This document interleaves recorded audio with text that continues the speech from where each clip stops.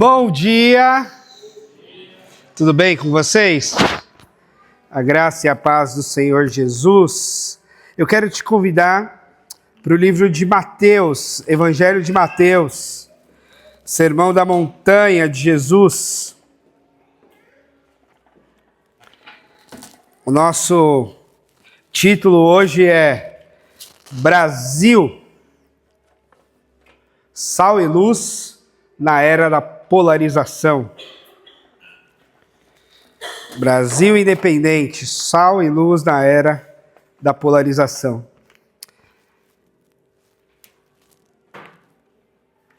Evangelho de Mateus, capítulo 5, versículo 13. A palavra de Deus nos diz o seguinte: vocês são o sal da terra.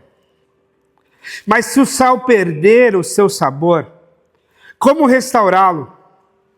Não servirá para nada, exceto para ser jogado fora e pisado pelos homens. Vocês são a luz do mundo. Não se pode esconder uma cidade construída sobre um monte.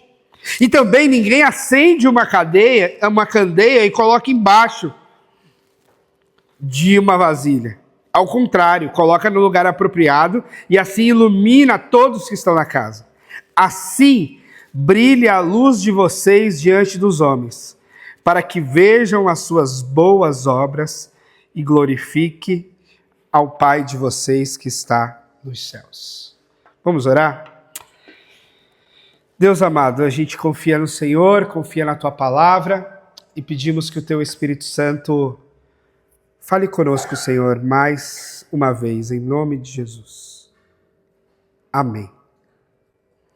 Bom, hoje é o dia da independência do Brasil. Independência de quê? Talvez aí você, um pouquinho mais avoado, do que se trata isso mesmo, né? Você que já saiu há tempos do ensino médio e viu isso lá na disciplina de história, que você nem gostava muito. Bom, a independência aqui, ela é em relação ao reino ou a nossa colonização portuguesa. Então, por mais de 300 anos, a partir do chamado descobrimento do Brasil, nós vivemos debaixo desse governo português. E aí, cabe dizer uma coisa muito interessante que deve ser lembrada, quando a gente pensa num país cristão, a colônia portuguesa declarou e tratou o Brasil como um país cristão. Um país cristão a ponto de que o sacerdote da Igreja Católica dava a certidão de nascimento, emitia a certidão de casamento, emitia a certidão de óbito. O Brasil colonial tinha no seu conjunto de pessoas que possivelmente eram indigentes, porque não eram batizados na Igreja Católica, portanto ficavam sem certidão de nascimento. Depois se tornavam amaziadas, porque não casavam na Igreja Católica e não podiam casar de outra forma. E depois não podiam sequer ser sepultadas nos cemitérios onde os católicos eram sepultados. Uma vez que você não é católico, você é pagão e o seu corpo pode contaminar o corpo dos outros santos sepultados ali. Essa é a mentalidade cristã, colonial, católica, portuguesa. É dessa forma que o Brasil viveu muito tempo. Sem falar da escravidão, que também foi, de alguma forma, legitimada por todo o sistema envolto que tentou escravizar índios, que não conseguiu, e então escravizou negros vindos da África. Bom, esse é o nosso cenário. E quando há independência, há uma primeira constituição, há um rompimento com Portugal, e agora a gente é um país independente, não mais uma colônia. E aí, então, agora vamos ser um país independente. Nessa independência, a política, principalmente, foi gerando outras independências, inclusive a independência religiosa e o movimento constitucional e democrático para termos um país laico e etc, etc. Essa é um resumo muito breve dessa construção nossa de nação. No entanto, nos últimos tempos e nessa construção de nação, e lembre-se, nessa construção de nação, nem todo mundo era a favor da independência. Aliás, tem grupos no Brasil que são monarquistas. Tudo bem que é uma meia dúzia, eu acho, espero. Mas que são monarquistas, que querem que o Brasil tenha uma família real, tenha um rei e se dobre diante desse rei. Aliás, tem de tudo, né? Tem de tudo. Então, essa lógica de se desvencilhar de Portugal também não era assim uma unanimidade. Mas acreditamos hoje que foi muito importante esse movimento de romper, de não ser mais uma colônia portuguesa. Haja vista que por muito tempo fomos, e alguns outros países também demoraram muito de ser independentes, foram colonizados. E você sabe, quando o senhor vem colonizar, ele costuma levar as riquezas da sua colônia. Então não é assim, vamos lá só evangelizar os índios e civilizá-los.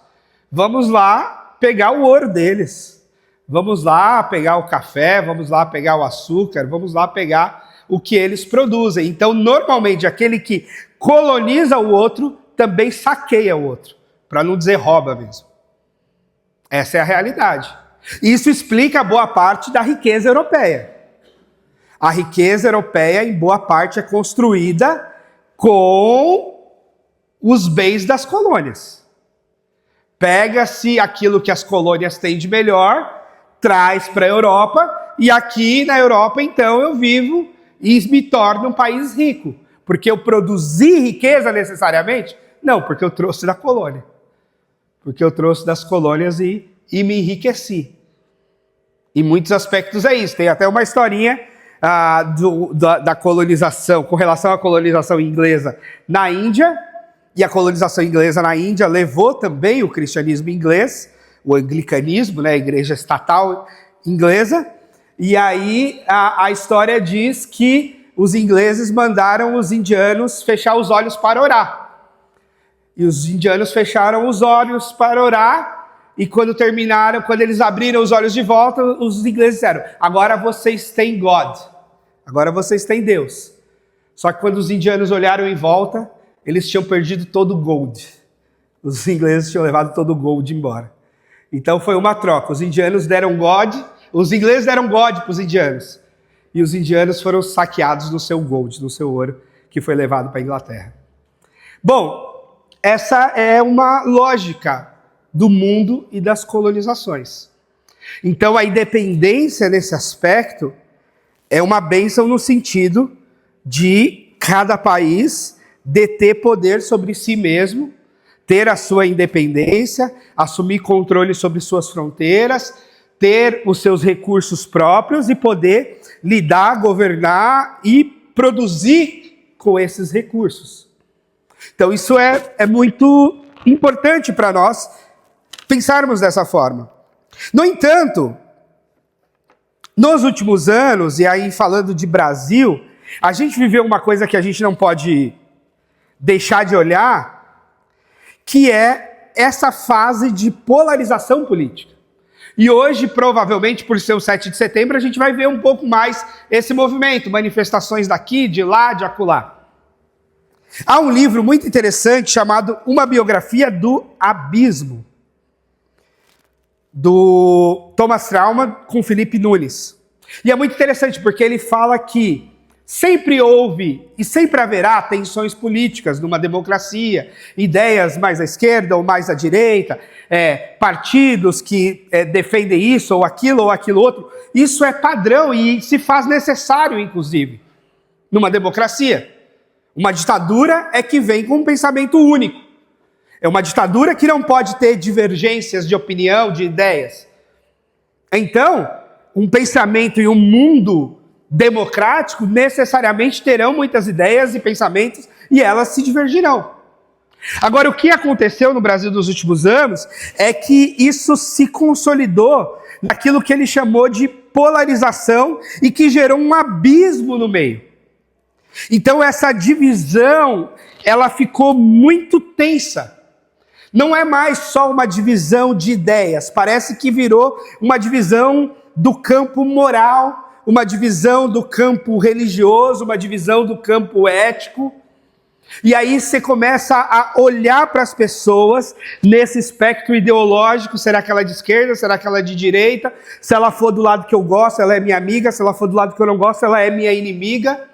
Se ela for do lado que eu não gosto, eu não confio nela, eu não confio na sua moral, eu não confio na sua religião. E se ela for do lado que eu gosto, eu confio na sua moral, eu confio na sua religião. E aí isso foi enrijecendo, e os ambientes das igrejas, e os ambientes das famílias, e tudo isso começou a tensionar nessa perspectiva. E tensionar na perspectiva dos problemas do Brasil, tensionar na perspectiva dos problemas internacionais. Por que Venezuela, por que Cuba, por que Estados Unidos, por que Rússia, por que Ucrânia, por que Palestina, por que Israel? Então isso começa a ir fora, inclusive, e tensionar ainda mais e colocar pessoas umas contra as outras o tempo todo. E uma parte da igreja brasileira tomou um lado. Boa parte dela. Perigosamente. Por quê? Porque na história, todas as vezes que a igreja se conectou demasiadamente com os movimentos políticos, me parece que deu muito errado. Me parece que deu muito errado. Quando o cristianismo se torna a religião oficial do império, os historiadores vão dizer que houve uma grande corrupção do cristianismo. Quando na reforma protestante, que via-se a libertação da igreja com o Estado, o luteranismo faz da Alemanha ainda a sua religião oficial. Então o luteranismo protestante se torna também a religião oficial da Alemanha.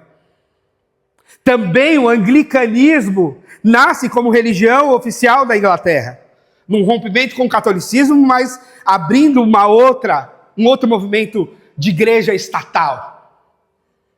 E isso sempre foi visto com desconfiança. Por quê? Porque, de repente, aquele pastor, aquele padre que está falando ali, ele está falando em nome de Deus ou ele está falando em nome do governo? Ou ele está falando em nome de um partido? Ou ele está falando em nome de uma ideologia? Do que se trata? Essa pode ser a grande desconfiança. Você está a serviço de quem aqui no púlpito? Você está a serviço de Deus? Você está a serviço de um partido? Você está a serviço de uma ideologia? Você está a serviço de um esquema que vai te render um dinheiro ali fora? Qual é? Então essa conexão igreja e Estado, ela é muito perigosa. E aí você vai dizer para mim, mas isso tem respaldo bíblico. É verdade, tem respaldo bíblico.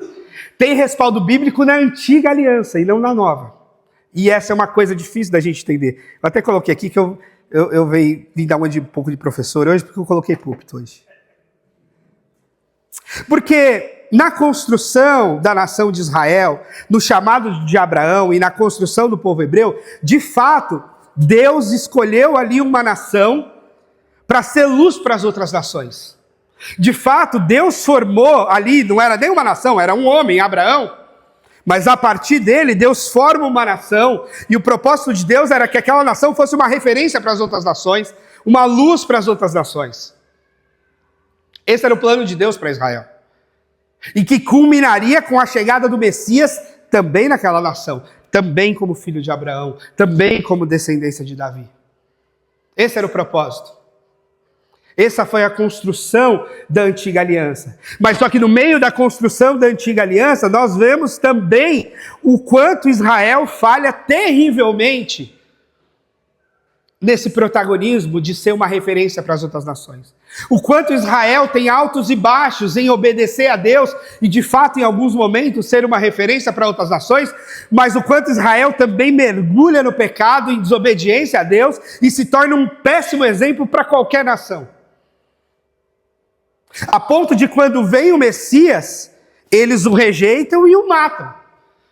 Eles estavam tão cegos na condição religiosa que eles viviam e política, que eles não tiveram como reconhecer o Messias Salvador, porque não era aquele ideal messiânico que eles aguardavam. Então toda vez que a gente cita feliz a nação cujo Deus é o Senhor, é bonito, é interessante citar, mas essas referências, elas se conectam muito mais com a velha aliança do que com a nova aliança. Na nova aliança, no ministério de Jesus, ele praticamente debocha do sistema político. Quando alguém vem falar para ele de Pilatos, ele fala, aquela raposa, o que ele quer? Ele não dá bola para Pilatos ou para César. No momento da oferta ele diz, dá a César o que é de César, dá a Deus o que é de Deus, separa essas coisas. No outro momento que querem fazer dele rei, ele fala, meu reino não é desse mundo. Ele passa totalmente paralelo à parte daquele sistema governamental. Fosse o sistema governamental romano, do Império Romano, fosse o sistema governamental israelense, que queria talvez negociar com o Império, e outros queriam romper com o Império e tomar o poder. E Jesus não entrou nenhuma nem outra. Nem negociou com o Império e se tornou amigo da turma de Roma, nem conspirou para derrubar César. Ele cumpriu a sua missão. E dentro da sua missão, e dentro da formação de discípulos, que foi com que ele mais gastou a sua vida, ele não disse também aos discípulos, vão e tomem o poder das nações. Ele não disse aos discípulos, vão e assumam cargos proeminentes nos países. Ele não disse aos discípulos, vão e assumem o poder, as câmaras legislativas, os congressos nacionais, as presidências das repúblicas, os impérios, e assim nós tornaremos o mundo cristão. Ele disse aos discípulos, vocês vão ensinar as pessoas, vocês vão discipular as pessoas, vocês vão ensiná-las a guardar tudo o que eu ensinei, vocês vão batizá-las em nome do Pai, do Filho e do Espírito Santo. É assim que vocês vão agir. É neste bastidor do discipulado, é nesse bastidor de ensinar todas as coisas que eu estou ensinando para vocês, é nesse bastidor de ser sal da terra e ser luz do mundo. Mas não é nessa lógica dominante, é numa lógica de serviço, é numa lógica de amor, é por outros caminhos que a igreja se constrói, ela cresce e ela alcança lugares e alcança todas as nações do mundo. É nessa perspectiva. Só que depois dos movimentos do Novo Testamento, há sempre, claro, uma tentação muito importante, que é a tentação do poder. Quem não quer ter poder? Quem não quer dominar? Quem não quer exercer influência? Essa é uma sede humana desde sempre. Qualquer poder que a gente tenha, qualquer liderança que a gente tenha, qualquer status que a gente tenha que nos confere certa autoridade, ou que nos dá certos privilégios, ou que nos coloca em certos ambientes privilegiados, é sedutor. Essa corrupção, essa sede de poder, essa coisa de querer se dar bem a todo custo, ela é do humano, e ela não é nem da esquerda, nem da direita, nem do centro, nem de progressista, nem de conservadores, nem de fundamentalistas. Ela vem de muitos lados. Ela vem de muitas formas. Ela tem a ver com muitas outras coisas.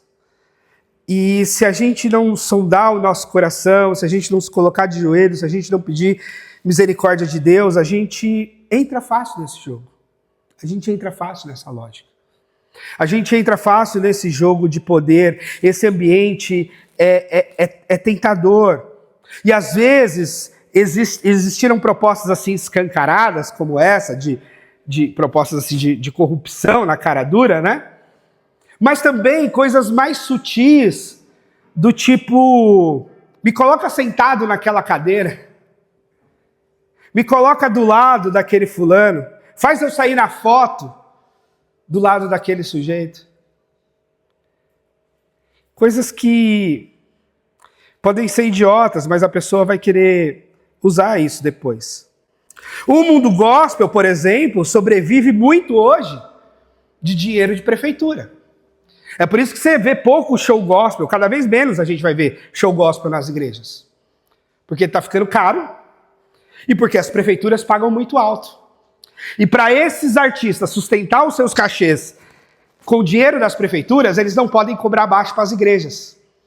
Porque o Tribunal de Contas vai dizer, por que esse fulano cobrou 10 mil para ir na igreja e no show da prefeitura ele cobra 100 mil? Então a tabela dele tem que ser 100 mil. E aí os artistas querem fazer show para as prefeituras e não nas igrejas. É um business, é um negócio. A gente vai lá adorar a Deus e tal, beleza, mas é um negócio. Saibam disso. Mas aí tem um contra-argumento, dizer assim, ó, se você não gastar 100 mil com show gospel, eles vão gastar 200 com o show não gospel. É aniversário da cidade, é não sei o quê, e o prefeito quer fazer movimento. Então, se você não aceitar, o outro vai aceitar, e aqui no cast de artista vai entrar, esse dinheiro já está separado para o aniversário da cidade, e eles vão gastar. Isso é essa lógica toda.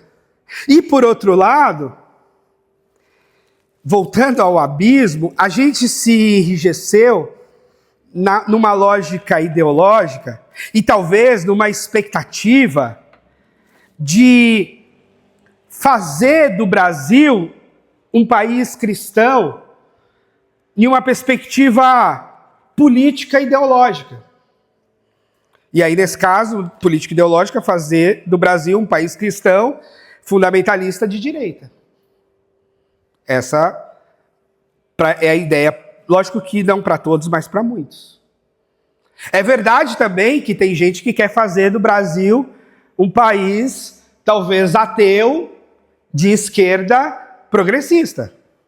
É também verdade.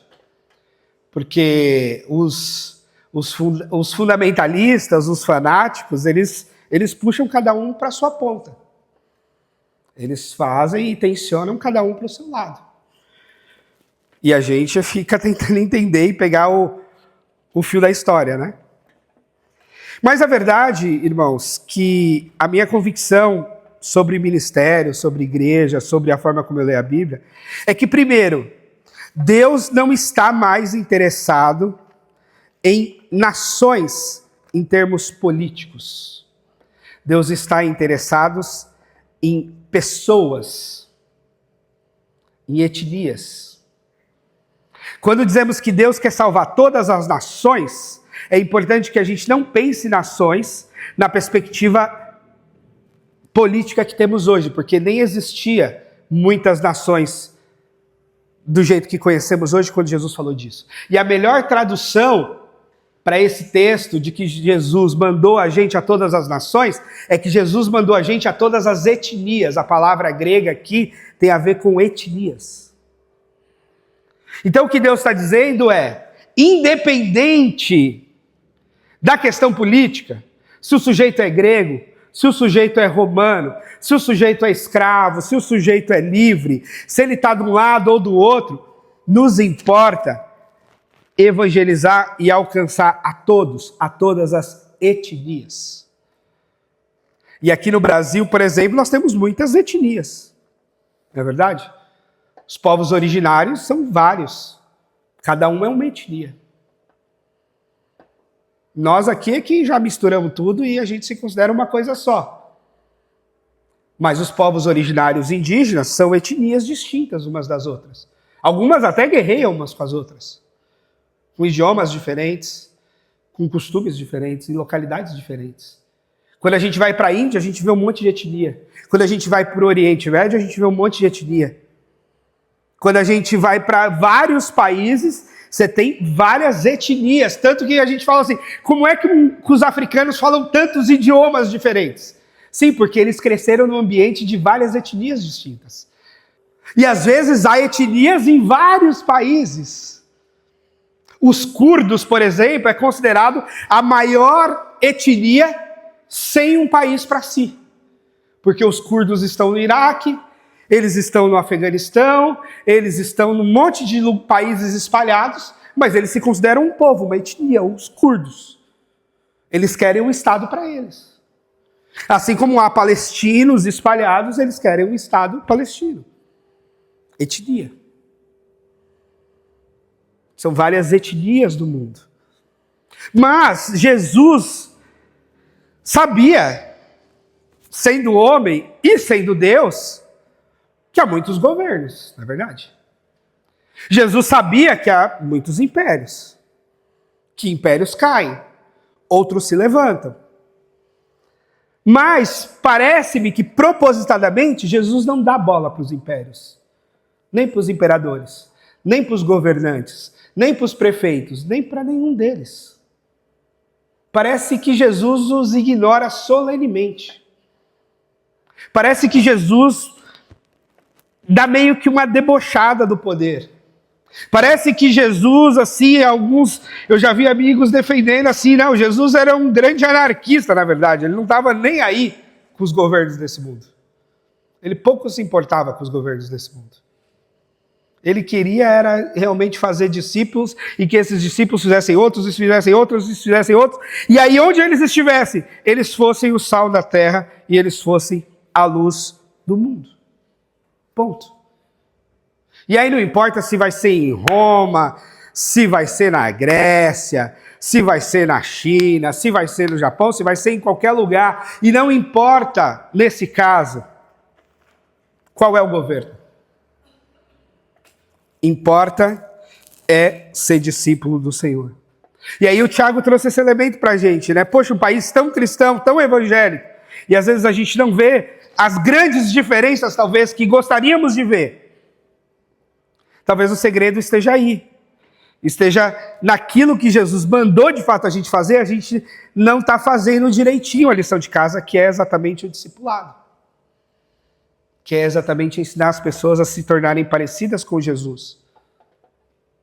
E num mundo em que pessoas querem se parecer com Lula, no mundo em que pessoas querem se parecer com Bolsonaro, no mundo em que pessoas querem se parecer com Alexandre de Moraes, no mundo em que pessoas querem se parecer com Eduardo Bolsonaro, nós temos de ensinar as pessoas a se parecerem com Jesus. E nós temos que insistir nisso. E alguém pode dizer, você é ingênuo, porque essas questões políticas, elas afetam a nossa vida, a sua vida, a vida do seu filho na escola. É verdade, eu sei. Eu sei que uma canetada lá de Brasília afeta muita coisa aqui.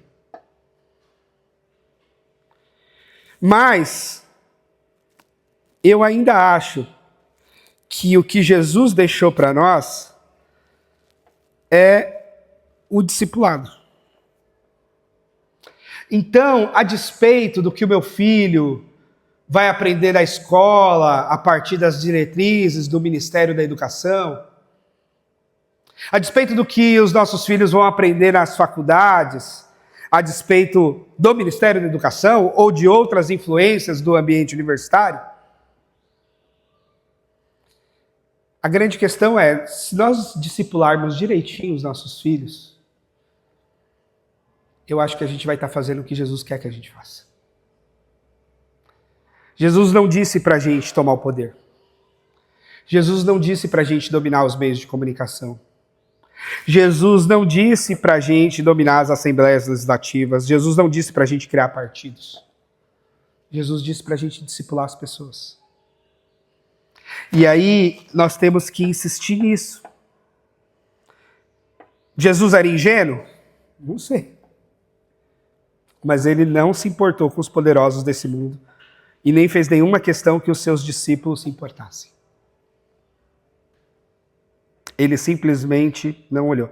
O máximo que a gente tem no Novo Testamento é: ore pelos que exercem autoridade, para que eles façam a justiça.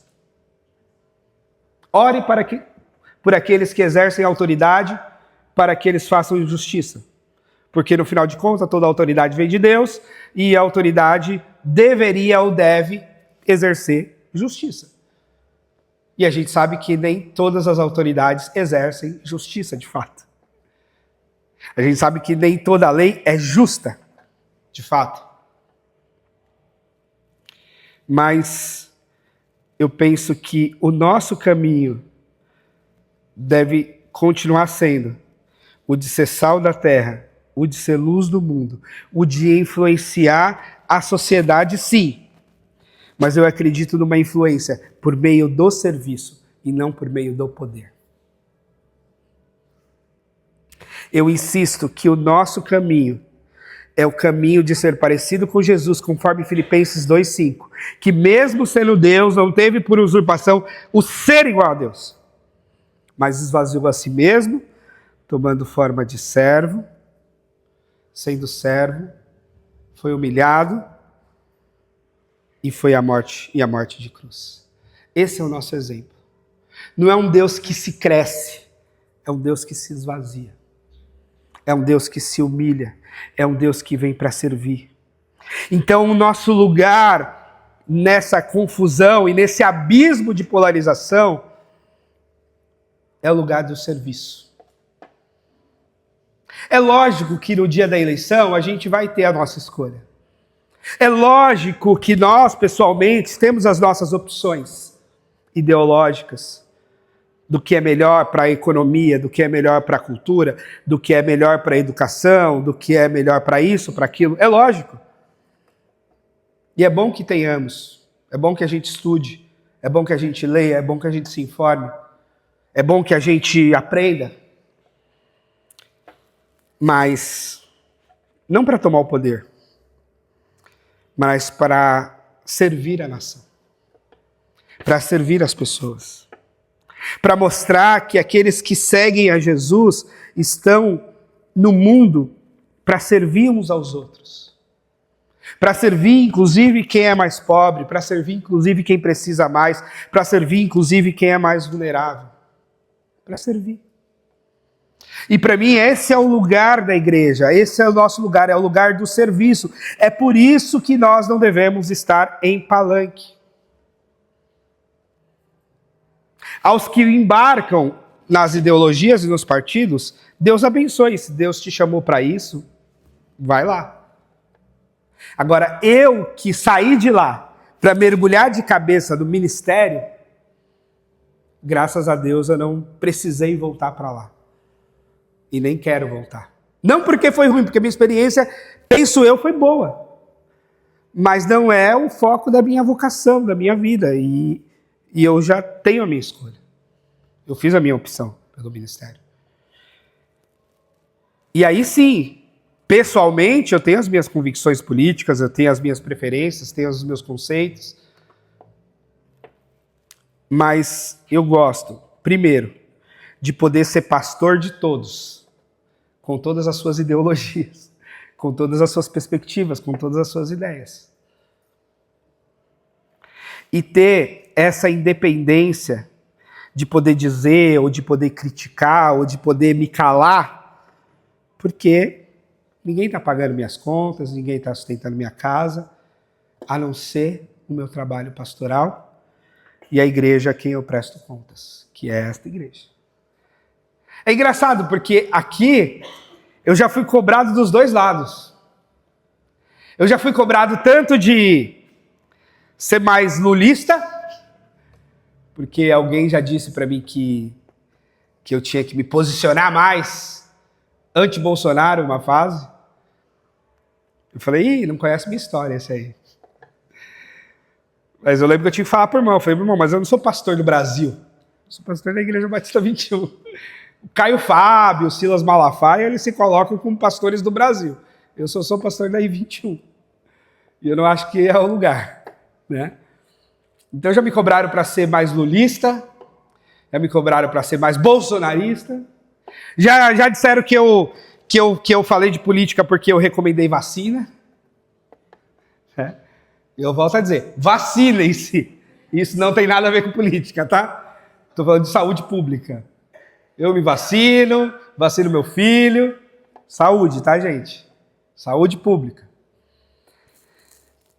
Mas, enfim, meus irmãos, eu queria deixar claro, assim, primeiro, o meu compromisso com a fé, o meu compromisso com a igreja e o compromisso que eu tenho com a Escritura e com Jesus, que é de não ficar tomando partido, de não ficar tomando lado.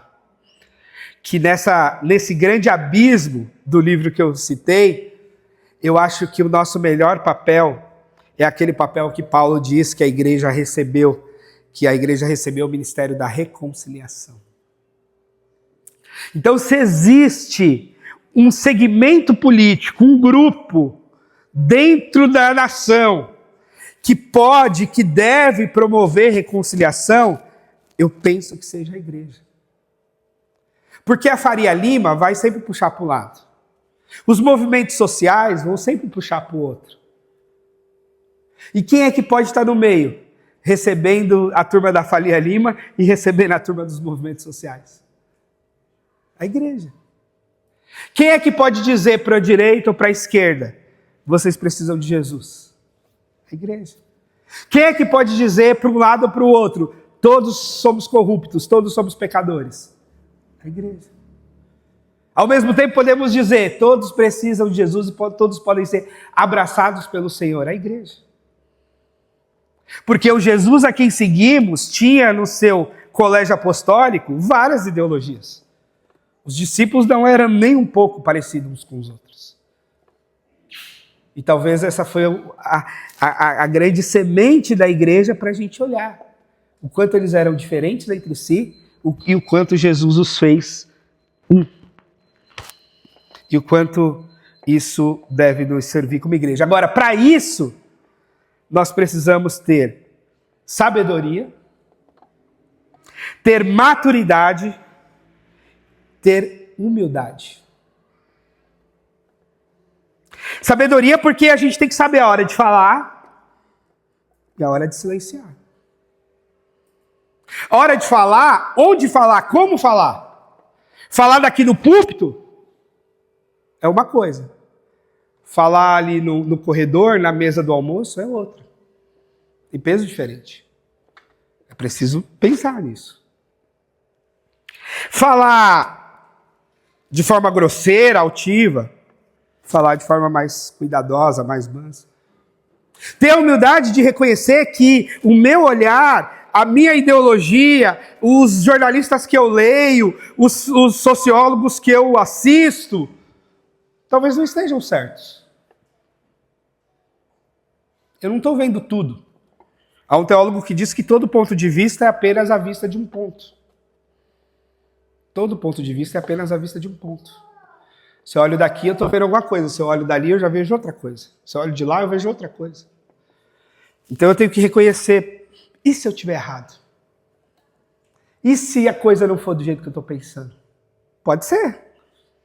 Um exercício de humildade é desconfiar de si mesmo, desconfiar das próprias ideias. E dizer, eu acredito assim, mas Senhor, o Senhor é que sabe tudo, o Senhor que está aí no céu. Eu estou acreditando assim porque eu estou aqui na terra e aqui é do jeito que eu estou vendo as coisas. Não sei como é que o Senhor está vendo daí. O Senhor que sabe. E aí, não julgar as pessoas e não rotulá-las, não marcá-las pela ideologia, pelo voto que elas deram, ou pelas ideias delas sobre economia, sobre costumes, ou até sobre a forma como elas leem a Bíblia. Não. Nós somos muito mais que isso. Nós somos muito mais complexos do que essas coisas. E essas rotulações não são boas, não são honestas, nem com a gente, nem com os outros. Ah, você é fascista, ah, você é progressista, ah, você é de esquerda, ah, você é lulista, ah, você é bolsonarista, ah, você é bolsominion, ah, você é sei lá o quê.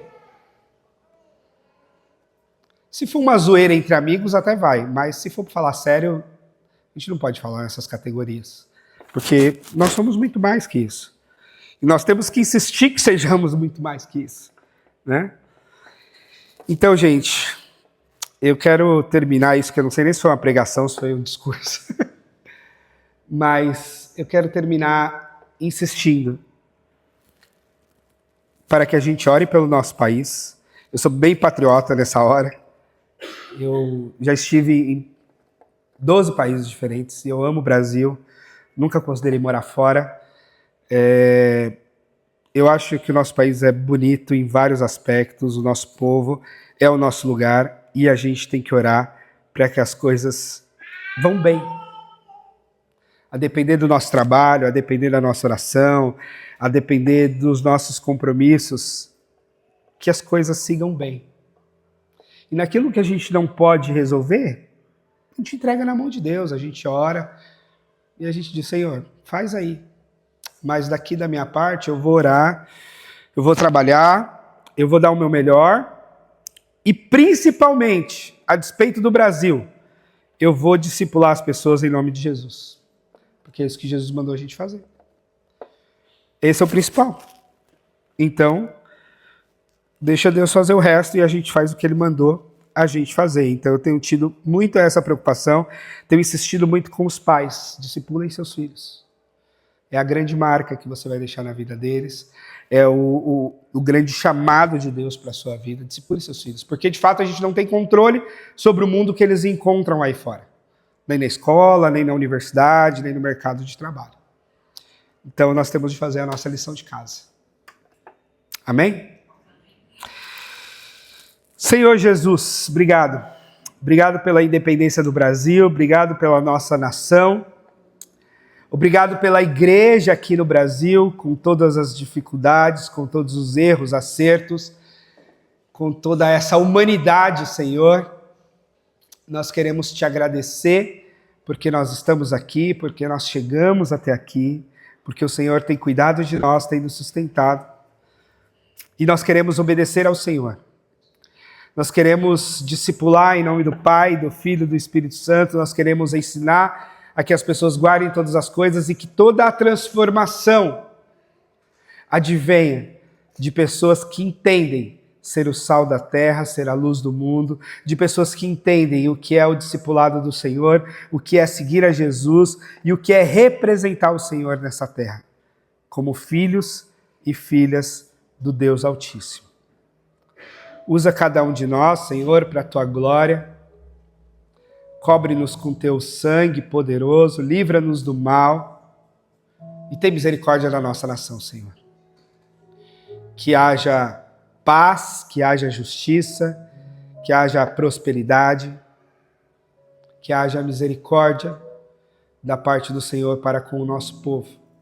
E que todos, Senhor, todos da nossa nação tenham o que comer, tenham o que beber, tenham onde morar, tenham o que vestir. Todos, absolutamente todos, tenham dignidade para viver. Em nome de Jesus eu te peço, Senhor. Amém.